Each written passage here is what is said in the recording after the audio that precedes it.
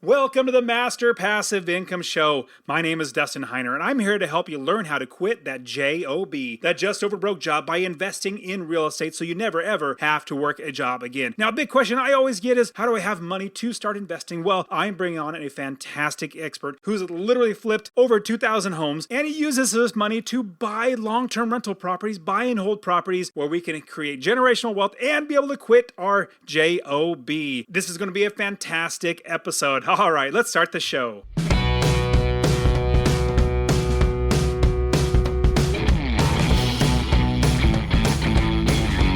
Welcome to the Master Passive Income Podcast, where we talk about investing in real estate with a special focus on making enough money so you can quit your job and live the dream life. And now, here's your host, Dustin Heiner.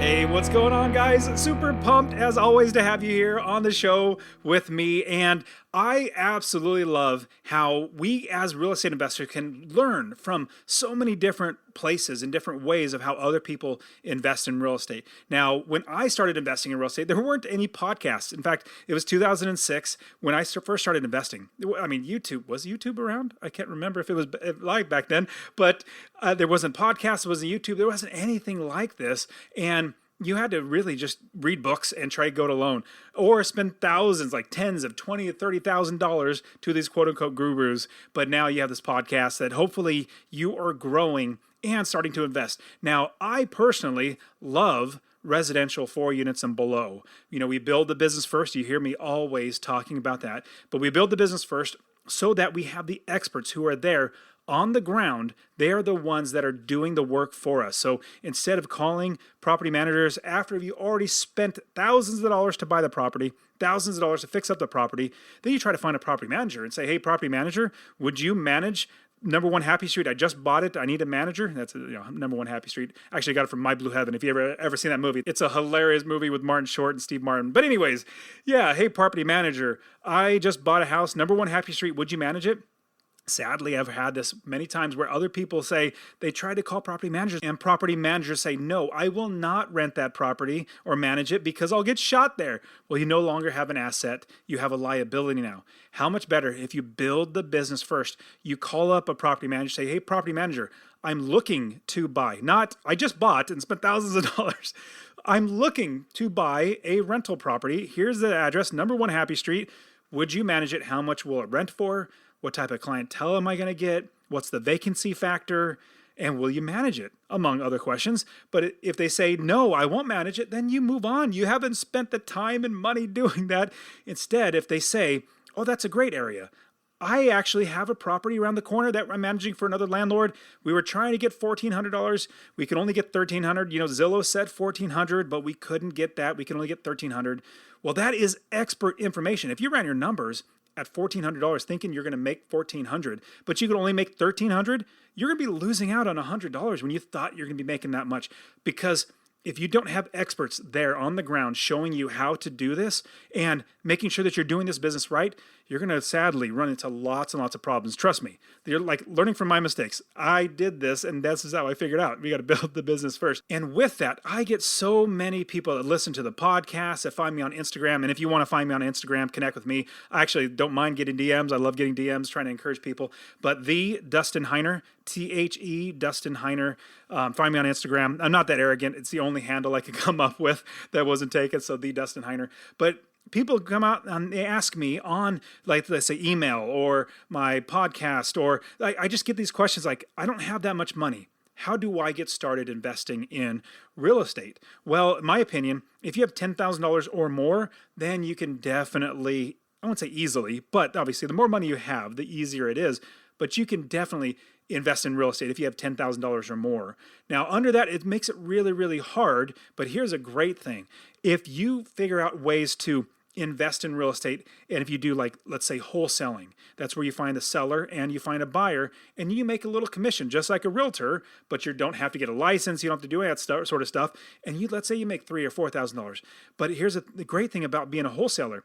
You're in the business. You're finding deals. You're getting people to connect with you. You're finding other investors. So being a wholesaler is fantastic. So you can make money, but then also build your business at the same time. Another way is flipping homes. Now, flipping homes is a fantastic way to make money, but at the same time, I'll definitely warn you that is a job. It's definitely a job because if you don't flip that next house, you're not going to have money to get for your investing or to feed your family. So what we do, and I'm super excited to bring on an expert who is also a real estate investor who flips homes, but then also uses that money to then buy long-term buy and hold rental properties. And he's going to show us how we can do this and how we can implement this into our own business.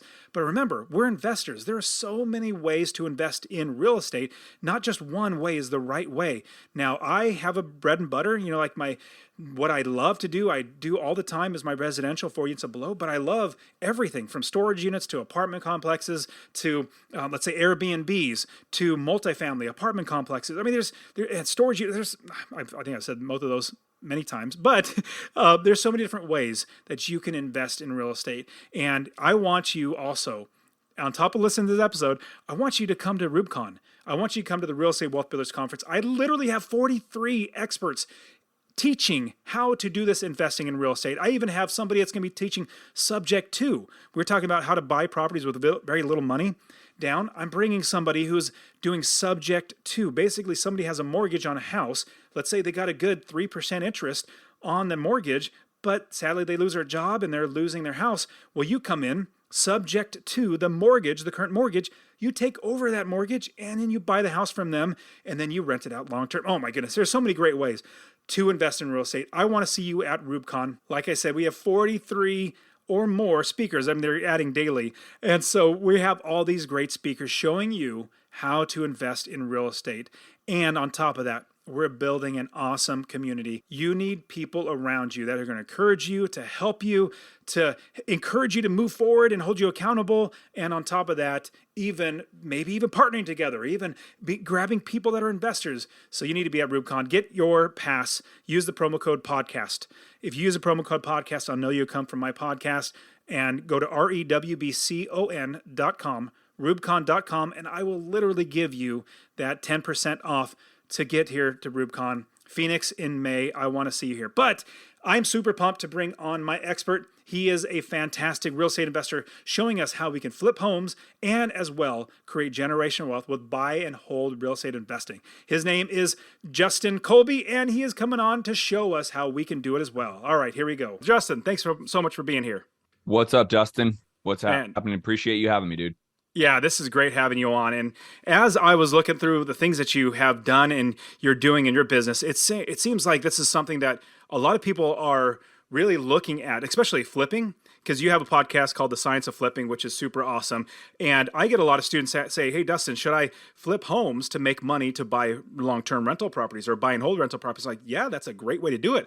If you save your own money and put it in your 401k, that's another way to get money. If you have private money, if you have hard money lenders, signature loans, like there's lots of ways to get money. But I'm jumping way ahead. So Justin, tell us about you and how you got started investing in real estate. Yeah, well, it came out of desperation. Back in 06, 07, I lost my home to foreclosure, as so many millions of people. I was a statistic, if you will, and it got really bad to the point where I was sleeping on a couch. The repo man took my car. I had to walk away from $40,000 of credit card debt. And that is all because I did really well going into that time. And then obviously it was young, mismanaged money, had no real skill set. And so I wasn't able to sustain that level of income when the real estate market crashed. So I didn't want to be a realtor anymore. I was a realtor then. I knew I wanted to be in real estate. And so, again, this is way before any of the shows, the flip this house and flip that. And, all that didn't exist. What we have, these podcasts didn't exist. So I just had to figure it out on my own. And so I started cold calling realtors way back in the day. Ironically now, one of my favorite softwares in my own company and something I teach all my students to use is Privy, which they have access to like 80 something direct feeds to MLS. So it's kind of weirdly all come full circle after 15 years. So I've been in the game for 15 years. Obviously, I'm in a much better position financially now than when I started. And that's the goal for all of you listening to this, right? Is to change your financial direction, right? Both with, income and wealth building. Right. And so that's why you're here. That's why you're listening to it. And I would tell you, 15 years in the game, 2,200 deals done, actively, literally Dustin. I had to put Dustin on hold for a second. I had to answer a call with my contractor. I'm buying another rental in Oklahoma City, hopefully. And so, yeah, I'm actively in the game. I'm wholesaling 10 to 20 deals a month. I'm actively burring. For those that don't know what that is, buy, remodel, rent, and refinance. So, yeah, it's a fun game. It can make you a ton of active income. And from there, you can build your wealth through real estate. So did you get started with flipping first, or was it buy and hold first, or how did that come about, that first deal? Flipping first, not even wholesaling. I mean, like flipping, right? And people are like, well, yeah, but you were broke. How do you have money? Well, back then, transactional funding was a very big thing. And so I was able to use these lenders who would literally lend me money 24, 48 hours. And essentially, I had to go hustle and find the buyer, right? Again, there's none of this software that we all have access to today. So I'd get it under contract, and then I'd have to hustle to find the buyer who could close in essentially 48 hours, right after closing. So it was a grind. I didn't know what I was doing. I had no systems, but I was flipping them, quick flipping, right? So I'd actually take title. My entity would take title. And then again, 24, 48 hours, there'd be a second escrow called double closing right afterwards. But we'd actually fund. It wasn't the definition of double closing now, where you're kind of using the end buyer's money to fund your transaction and then simultaneously fund the second transaction. We would actually fund using a loan, then resell it. So that's how I broke into the space. We weren't remodeling, but we were flipping. So the flipping would lead into having more cash, but like you said, it's active income. You got to keep flipping that next property in order to make more money. Like once you sell it, you're done. Like you don't have that property anymore. That's it. So from there, did you transition or start getting into, hey, this could actually make me money every single month in passive income? Long time. Biggest mistake I made. I've done this business 15 years. The biggest mistake I made is the first 13 years not buying rentals. If I can get anyone to listen to this one point, I've made tens and tens and tens of millions of dollars. I have lost millions. So you always want to make more than you lose. But the biggest mistake is not getting into the rental game. Even if I bought one rental property a year from the first year, let's even just call it the second year, just to get some money under my belt. One rental property a year. By now, I would literally have at least one home fully paid off free and clear, likely on the verge of a second and third, right? Because I would likely have gotten 15-year mortgages. I would have one already paid off. Now, the key to that, why I'm such a fervent advocate of building wealth, buying rentals, isn't for the income. It is not. There's a much bigger and smarter play here. And my angle is being bankable. If you really want to create wealth, you are going to borrow money. Maybe you do a syndication, you raise a fund. I have a fund. But the reality is, if you have assets, again, if I just use the 15 years I've been in the business, and I had one asset paid off free and clear, second one essentially is right there, third one is right there, then, the fourth and fifth probably has a decent balance and etc. The banks are going to come and look at this equity and say, I'm going to give you $1 million against all 15 homes. And you can do a couple things with that. You can go buy another 15 homes with $1 million, or essentially you could put it in your pocket tax-free. Who could use an extra $1 million tax-free? And by the way, $1 million tax-free is essentially like making closer to $2 million, right? Because after taxes, etc. So for me, the wealth creation is more important for the bankability than it is for any income. Quite frankly, all my rentals I have now, and I'm on trajectory of closing 1 to 2 a month I'm buying. And I want to pause for a quick second and share that, honestly, I really want you to invest in real estate. My new goal in my life, my first goal was to quit my job in 10 years, and I did that, accomplished that at 37. Now my new goal is to help 1 million people invest in real estate. So 2 things I would ask from you. Number 1, if you get anything out of this episode, please share it with somebody else. Just say, hey, check out Dustin, Master Passive Income. He really wants to help 1 million people to invest in real estate. That's number 1. Number 2, I want to get you to invest in real estate. Get my real estate investing course absolutely for free. Text the word rental, RENTAL, to 33777. rental to 33777. I'll literally give you my course, show you how to find an area of the country to invest, how to build the business first. I always talk about that, and how to find the right properties, how to make sure you're getting experts to do the work for you, and scale the business to where you're making $250 or more in passive income. Scale it to quit your job. I'll literally get it to you, or go to masterpassiveincome.com/free course. Obviously, it'll be in the description, but I really, really want you to invest in real estate, because the more that actual normal everyday people own real estate that are good landlords, the better everybody's life gets. And I want that to increase, by the way. I'm nowhere near where I want to be. So I'm buying 1 to 2 a month or so. I would tell you all the money that stays in those deals to buy more. I do not want to take $1 out of it. And I love the depreciation, right? So I have a very big tax bill each and every year. So my accountant loves, over the last couple of years, that I've been buying rentals, because even if you don't have a big income, you still want write-offs. You don't necessarily want to be paying the bank. So I'll tell you, again, I look at it in a different way. I don't do it for the income per se. Now, when I have the 2,000 doors that is my goal, I want 2,000 doors. Yeah, I'll probably be taking some income from that, right? And I'll probably be doing it well before the 2,000 doors. But until I get to a place of there's a lot of money rolling in, I'll create income, whether it's, well, for me, it's the active investing. But for many of you listening, whether you have a job, whether you're flipping yourself, whatever the case is, create the active income so you can build the wealth out, create bankability. And I'm telling you, your kid's life will change. And you're right. Being bankable, basically banks being able or willing to lend you money, that's huge. And same thing with having access to capital. Basically same exact terminology, in a sense, where you have the ability to get money and access to capital, being bankable, because it's going to be hard for somebody to save up, let's say, $300,000 on their own. It's going to take a long time.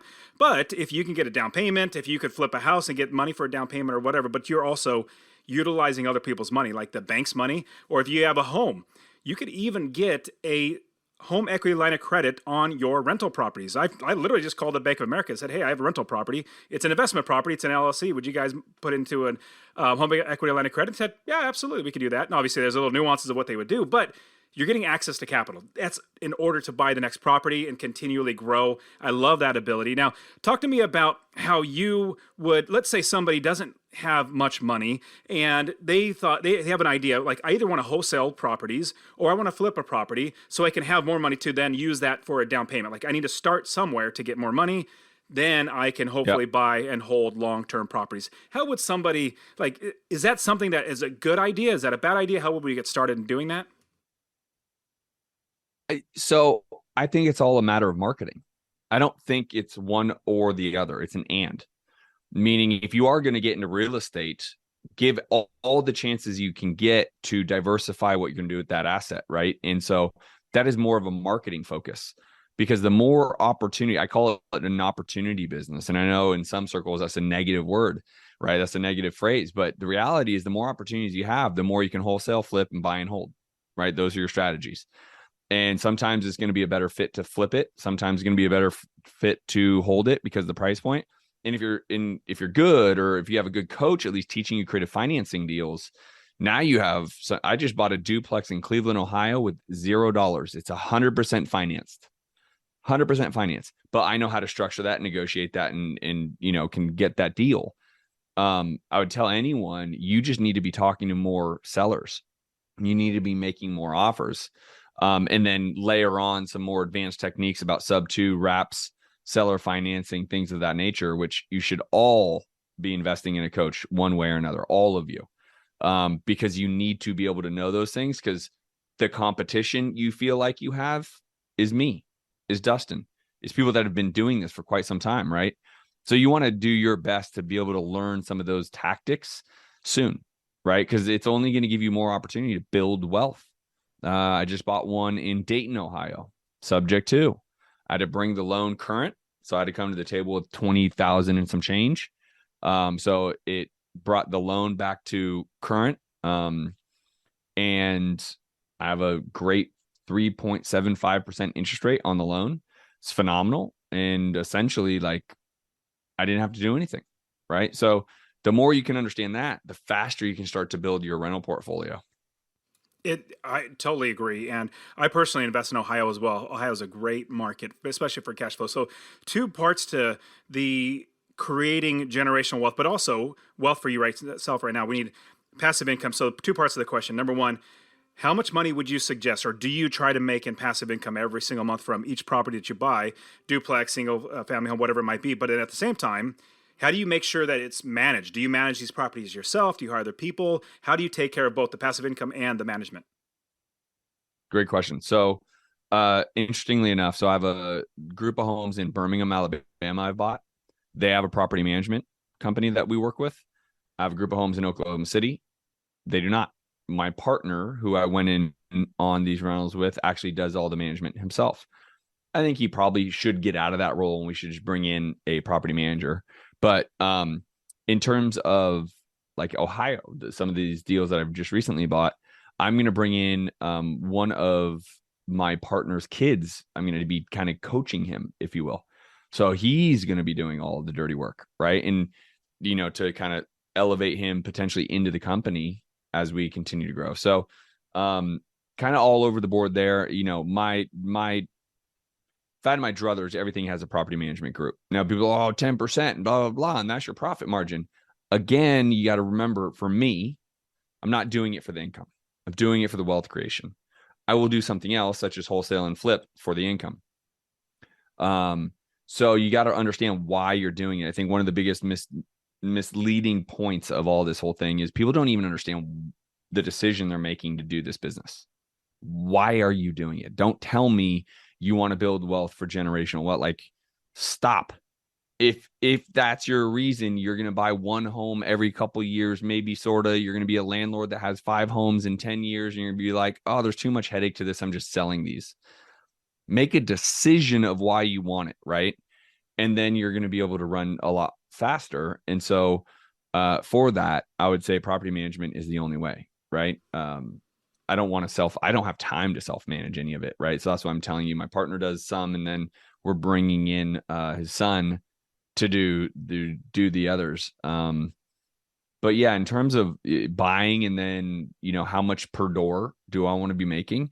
I'm buying lower priced properties. Like, for example, this home that you heard me talking to my contractor, the buy price is $25,000. I know it sounds crazy. It's $25,000 in Oklahoma City. And we're going to probably have to put in, and you heard this too, I want to be somewhere around $75,000 to $80,000, and it'll be worth $130,000. It'll rent for anywhere from $1,100 to $1,300. If I do Section 8, which is what I want to do, I might be able to get up to like $1,500 a month in rent. So really is a good, great little safe rental. It's never going to become, $1 million property. I'm not going to gain all this equity in it, but it's a great place to put my money. It's a great place to build equity. And again, if you have 200 doors like that, banks say, man, here's $5 million. Go do it again. Right. So.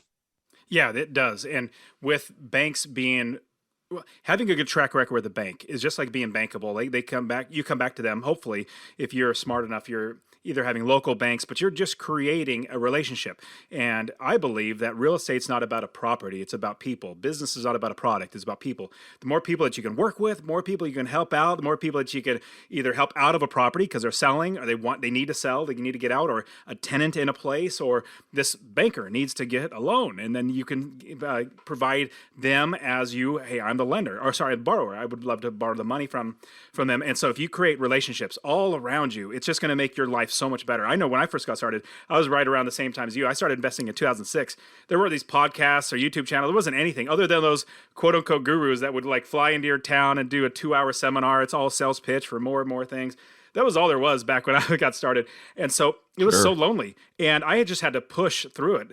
And with that, now it's so great when, like you said, having other people around you that you can, like, let's say you get a coach or get a mentor, or even just get in a community, like a Facebook community of other people that are doing it. It just makes it so much easier. So talk to me about partnering, because you said you have at least one partner, but talk to me about partnering. I've had partners in the past, and it does seem like I do 100% of the work and still get 100% of liability, but 50% of the profits. Talk to me how we can make a partnership work with real estate investing? Well, for me, it's more about finances, right? Like I can go further faster with capital partners. There's always debt. Like if there's something where I can do debt, like quick flips, I don't need a partner. Just debt. Give me a hard money loan. It's not a partnership. It's just debt. I get 100% of everything. But if I want to really run fast and buy as many rentals as I possibly can, I do very well. But at some point, my money's limited, right? And then also, everyone has always been taught other people's money, right? OPM. So I firmly believe that. Now, a lot of people have a lot of money right now, right? And it's just sitting there. So one of my partners literally came to me. The reason why he became a partner is he was like, dude, I have so much money in my retirement account, like multiple seven figures. Can I lend you money or something? And so I was like, well, I don't really need debt, right? Like I don't need debt money, but if you want to buy rentals with me, let's roll, right? So that's how that came up. Now he does nothing for the real estate side, but he gives me access to a lot of freaking money that I can just, as long as the numbers work out, I can move a lot faster, right? So Would I that don't be have a a problem loan, with or that. does he have He also equity doesn't. in it? Yeah. So he'll get 50% of the deal. I get 50% of the deal. Now, it Got doesn't it. always have to be 50-50, but the reality is part of the reason why I gave him 50-50 is because there's no loans recorded. It's all cash. It's a very easy scenario, right? So I don't have to pay him monthly. There's nothing like that. So, and he believes the same way I believe, in the sense of, if we make a dollar, we don't take the dollar. The dollar stays in the entity and let's go do it again. Right. And so he doesn't need the income. I never want to partner with someone that needs the income. So for me, capital partners is what I'm talking about. I've also gone down the path of partnerships. While they do serve at their place from time to time, I don't believe in a partnership just because you're not good at operations and you're good at sales, but you need the operations. You can hire that person, right? So they're a hireable person, not a partner person where you're giving away 50%. If you're good at sales and you're driving all the revenue, it doesn't make sense to give away 50%. You're the money maker, right? You can hire someone who could spreadsheet and run analytics and all this other stuff. So, yeah, I mean, but strategic partnerships are very important. Capital partnerships are very important, right? I have a fund.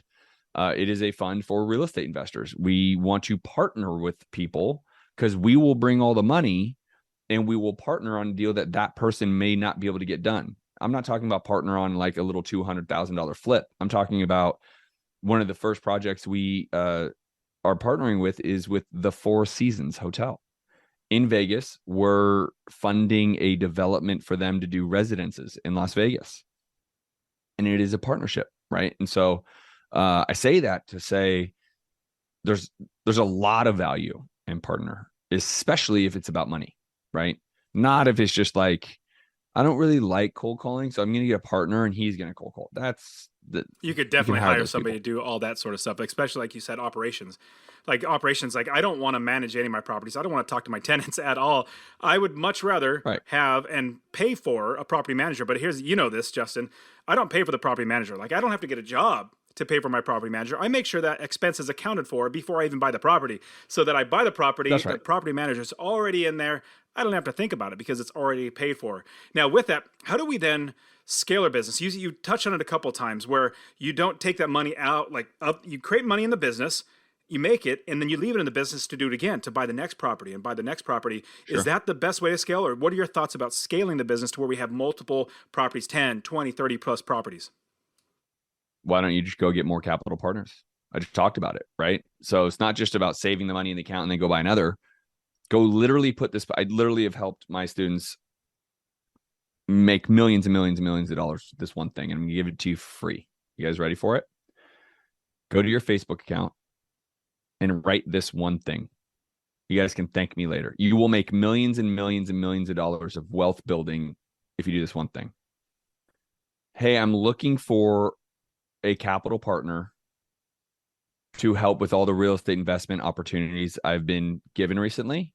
If you're interested in talking, send me a DM. That's it. You effectively now, if you do this right, all you have to do is post that. You effectively will have 2 to 10 people reach out to you. And they'll likely be people you never really thought about, right? They'll be the person you might work next to. They might be your friend's mom, grandmother, parent.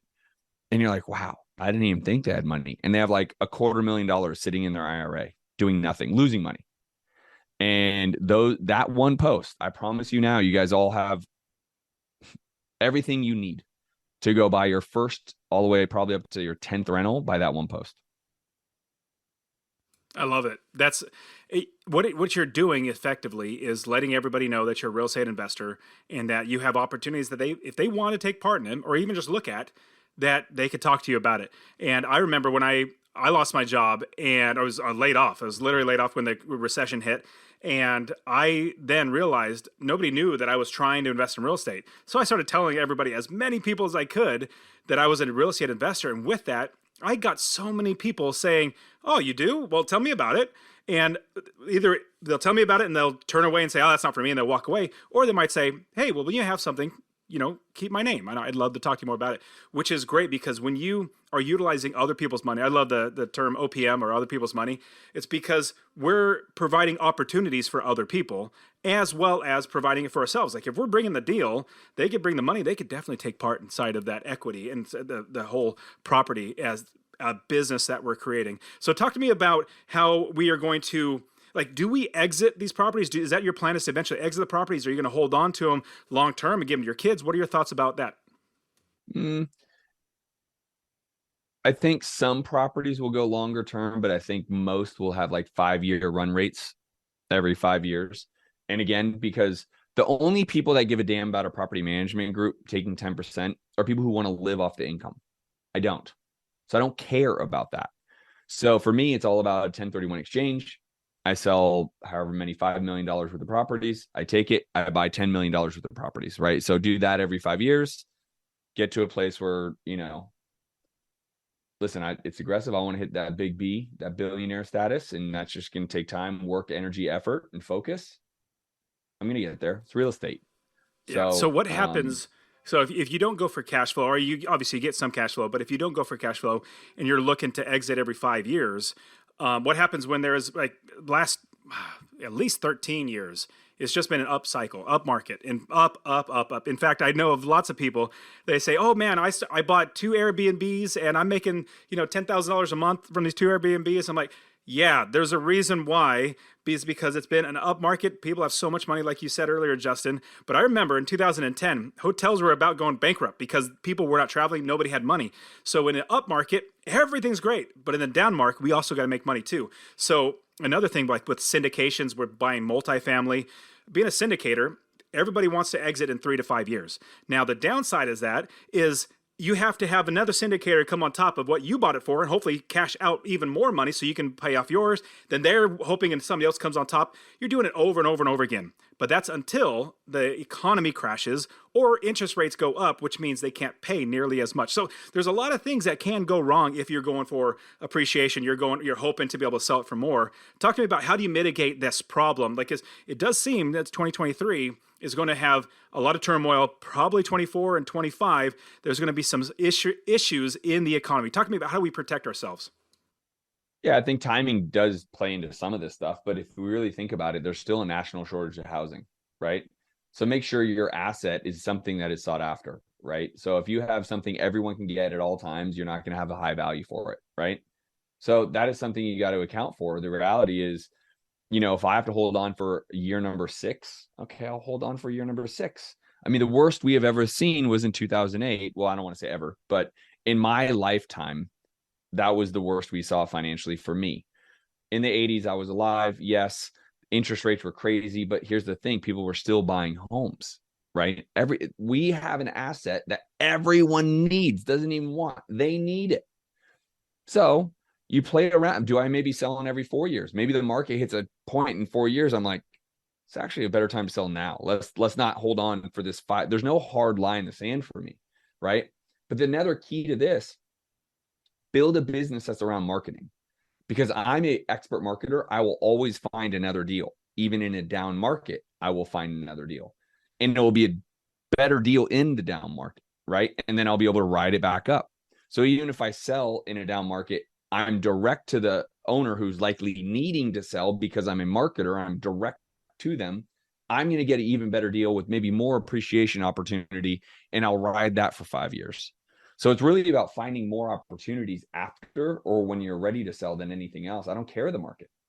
There's always a great market because I'm going to be talking to someone who most likely is going to have a high motivation. And when I find that person, that's when Yeah, like every deal, like there's always going to be a deal at any high market, low market, every single market. There's always going to be a deal. And we just got to be wise investors in order to find and take down those great deals. Like you said, I loved how you said it, because I tell this to my students all the time. They always ask me, should I do this or this or this? Should I save my money for a down payment or use it for this or use? I'm like, why would you use these ors? Like whatever deal comes your way, we figure out creative financing. We figure out how to take it down.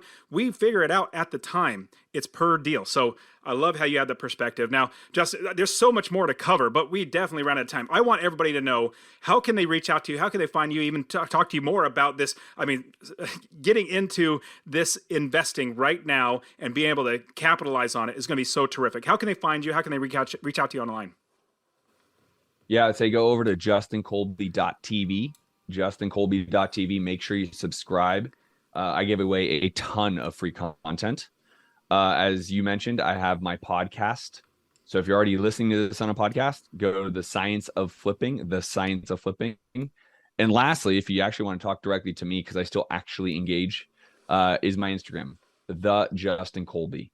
I'll actually be the person replying to you. So again, justincolby.tv, subscribe to my YouTube channel, follow me on Instagram, the Justin Colby, and then I have a podcast, The Science of Flipping. Awesome. Hey, Justin, give us lots of great advice. Hopefully people will definitely check you out. But I really appreciate you coming on, giving us such great insights. So hopefully people will take advantage of this as well. So I appreciate you, man. Appreciate you, bro. Thanks for having me. And that is it for today. Go ahead and get my free real estate investing course. Text the word rental to 33777. RENTAL to 33777. You can also join my Real Estate Wealth Builders group coaching. Get all my courses. All right, guys, we'll see you in the next show. See ya.